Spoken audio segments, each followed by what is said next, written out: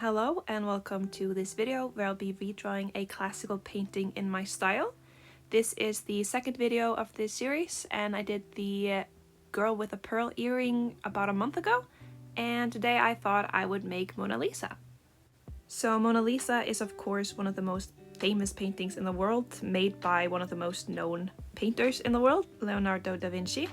And it was painted in the 1500s, and it is of the girl Lisa del Giocondo. Probably butchered that name.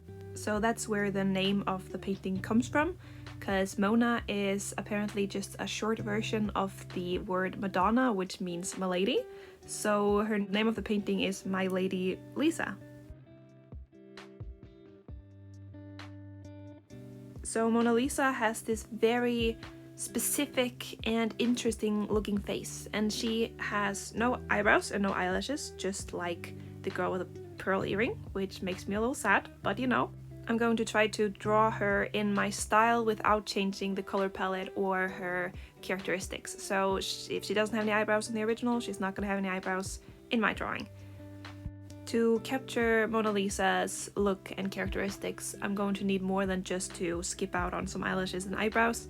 So I tried to kind of analyze her face, and I'm of course going to be making it in my style, so it's not going to be exactly the same.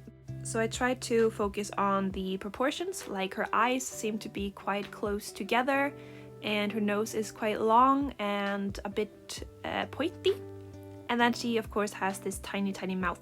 And her mouth is probably one of the most important parts of her face, because she's known for that mysterious type of smile that almost doesn't look like a smile, right?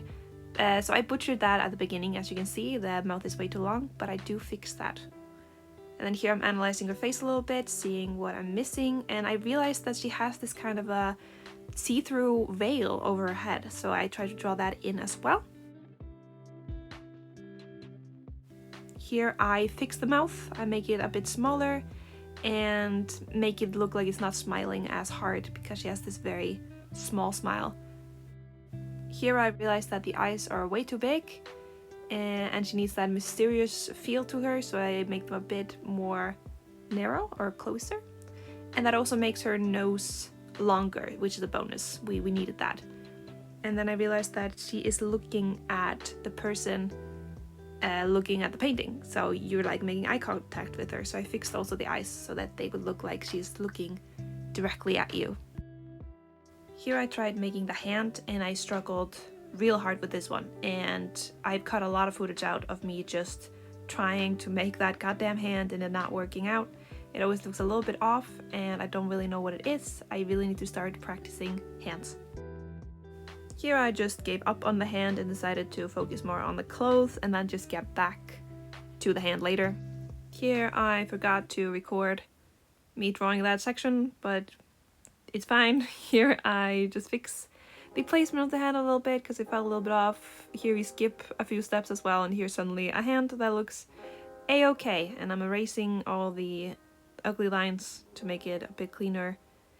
And yeah, this one works. It's not the greatest hand I ever saw, but it is an okay hand. And then I tried to make the other hand, which also works out okay. Like, these are not great hands, but they are functional and you can see that they are hands.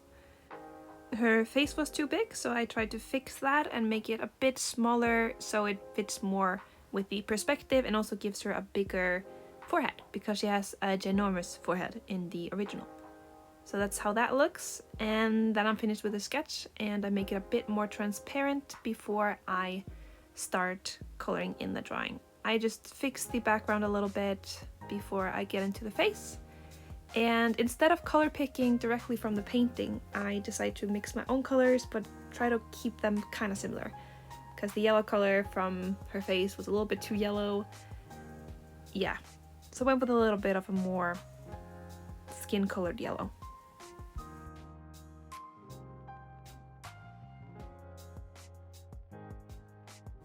Here I start on a little bit of a line art. I only have line art in the face, so mostly just the eyes, nose and mouth, and I use a brush from the sketching section so that I can get a bit more of texture to this painting.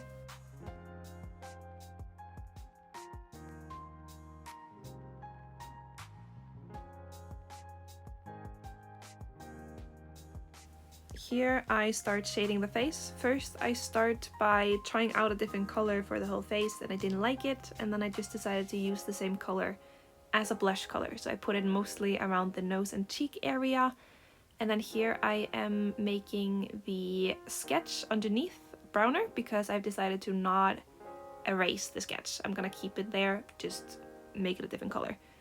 Then here I start with the shadows.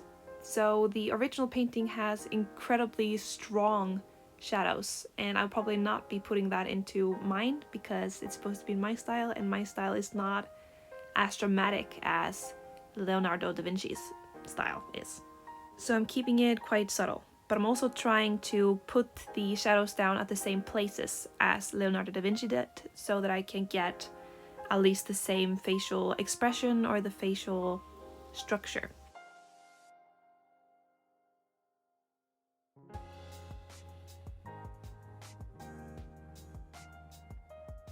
As you can see, I go a lot back and forth to see where I need more shadows and where I need more highlights.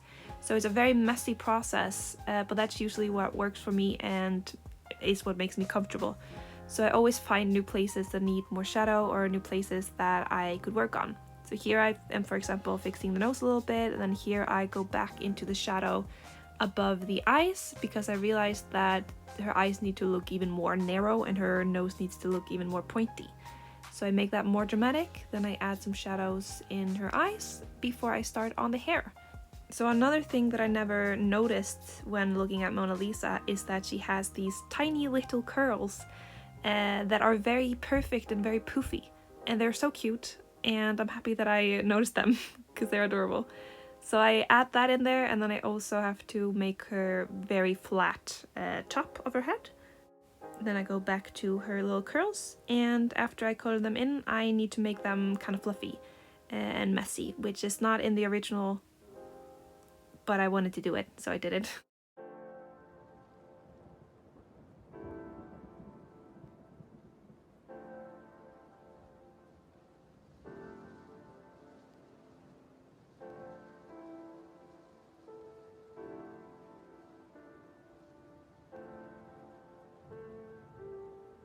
Here it's time to draw in her clothes, so I start with the innermost layer, and I realized that it has a lot of texture and a lot of structure, so there's a lot of little tiny wrinkles going down, so I tried to add a lot of highlights and shadows to kind of make that more visible. The top of her top, or whatever it is, also has this cute little pattern which I can barely see in the painting itself or the original, so I just kind of wing it and make some sort of tiny little details. And then I draw in the sleeves, and those are also really fun, really poofy and cute. And then I also do this weird thing that she has on her shoulder. I'm not sure what it is, but it's like a long thing that is kind of twisted. So I put that in there, and then I color in the hand.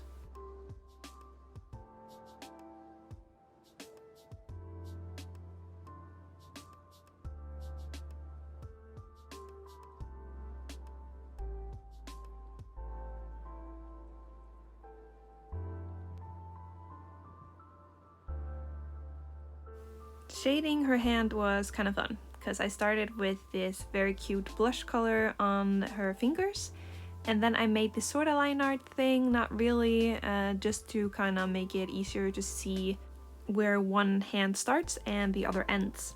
And then I add some shadows, and then I add a little bit more of that line art around the fingers so that you can see the fingers more clearly.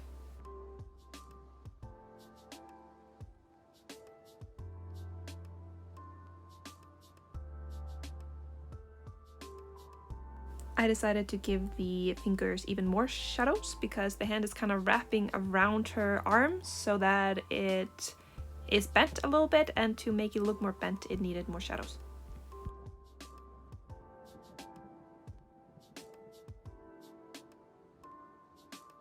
Here it is time to make some shadows and highlights on her clothes, which probably was my favorite part of this process, both the sleeves, which I have not made yet, and also this part. I just love how much direction you can give fabric by just adding a couple of lines.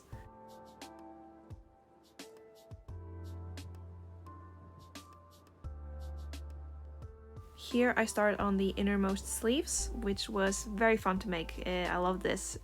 You can also see in the original that it has some very particular shapes in the fabric, which I don't know if it's realistic or what kind of fabric she's wearing to do that, but I think it's really cool and it was really fun to draw.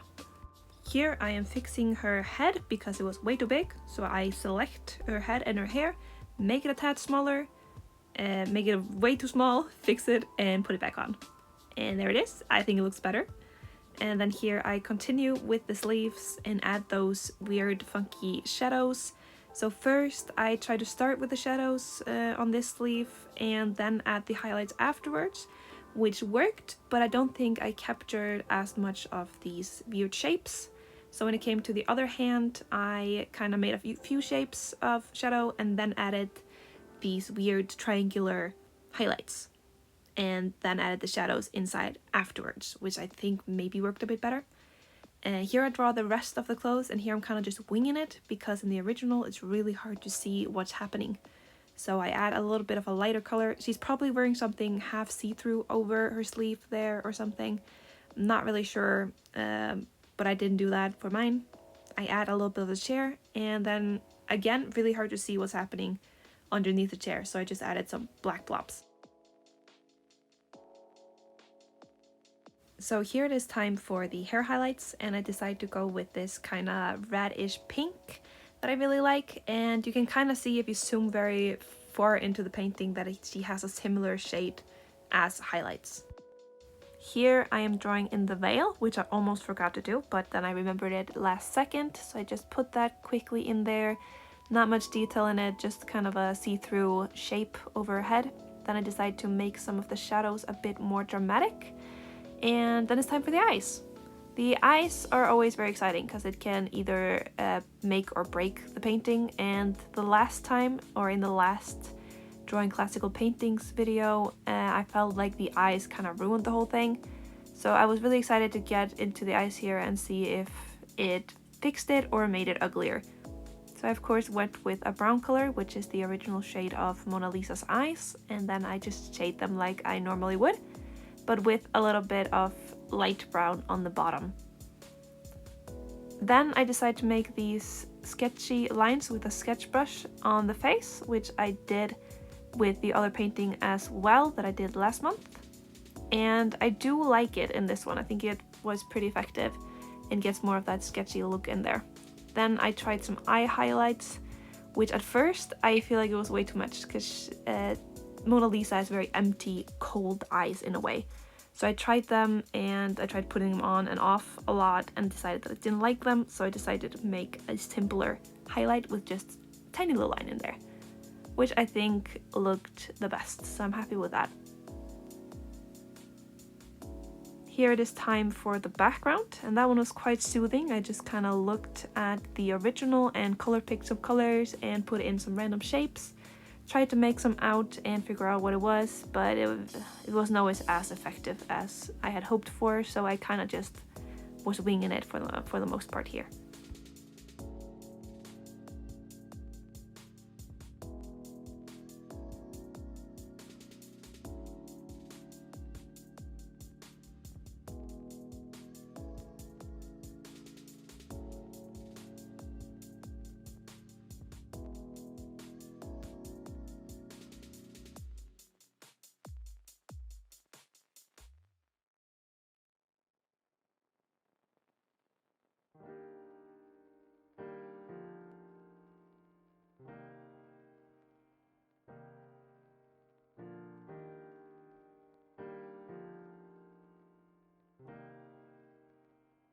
Here I'm just adding in the finishing touches or the last details in the background, and that is pretty much done. Here is the finished result. I think she turned out pretty good, actually. I think she turned out better than the girl with the pearl earring one, and I think I kind of was able to get her mysterious smile. And here is a little close-up of her face. And that was it for today's video. I hope you liked it. Thank you so much for watching, and I will see you again next week. Goodbye!